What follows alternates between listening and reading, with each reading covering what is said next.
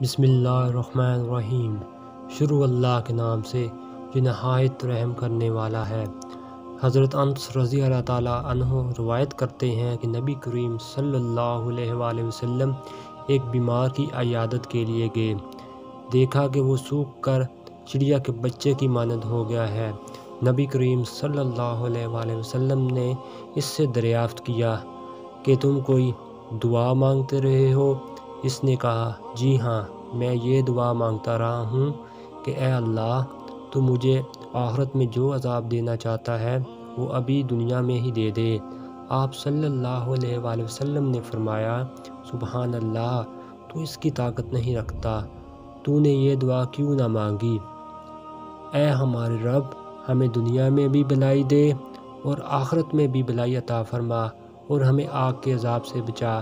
آپ سب دوستوں نے اس حدیث کو زیادہ سے زیادہ شیئر کرنا ہے۔ السلام علیکم ورحمۃ اللہ وبرکاتہ۔